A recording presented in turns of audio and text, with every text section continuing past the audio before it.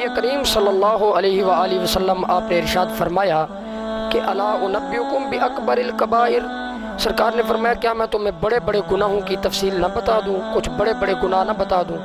تو صحابہ کرام نے عرض کی یا رسول اللہ صلی اللہ علیہ وسلم کیوں نہیں؟ تو نبی کریم صلی اللہ علیہ وآلہ وسلم نے ارشاد فرمایا الاشراک باللہ،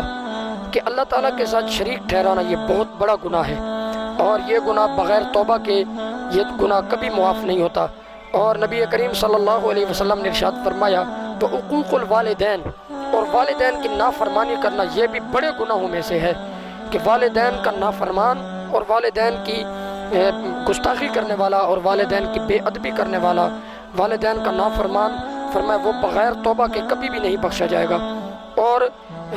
فرمایا گیا کہ وجلسا وکان متکئا، نبی کریم صلی اللہ علیہ وسلم آپ جب یہ بات ارشاد فرما رہے تھے تو حضور تکیے کے ساتھ حضور ٹیک لگا کے تشریف فرما تھے،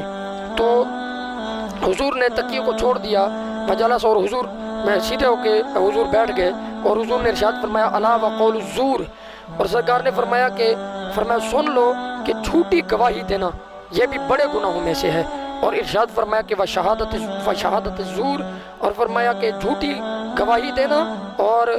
جھوٹی شہادت فرمایا کہ یہ بھی بڑے گناہوں میں سے ہے۔ اللہ تبارک و تعالی ہمیں کبیرہ اور صغیرہ گناہوں سے بچنے کی توفیق عطا فرمائے۔ وما علینا الا البلاغ المبین۔